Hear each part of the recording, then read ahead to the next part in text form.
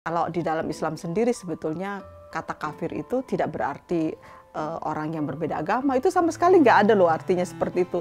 Bahkan orang Islam sendiri bisa jadi menjadi kafir karena apa? Karena dia tidak mensyukuri nikmat Tuhan. Dari asal katanya kafara itu menutup diri dari menghargai ya pemberian Tuhan, menutup diri dari kebenaran.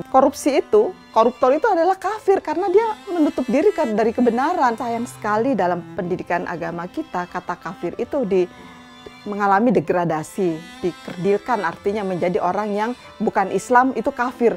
Menurut saya ini adalah satu hal yang salah kaprah ya. Justru pemimpin yang non-muslim tetapi berlaku adil jauh lebih bijak ya untuk dipilih daripada pemimpin yang muslim tetapi tidak adil. Karena kita tidak memilih imam sholat kan. Oh di Islam juga ada yang namanya domir. Domir itu hati nurani ya.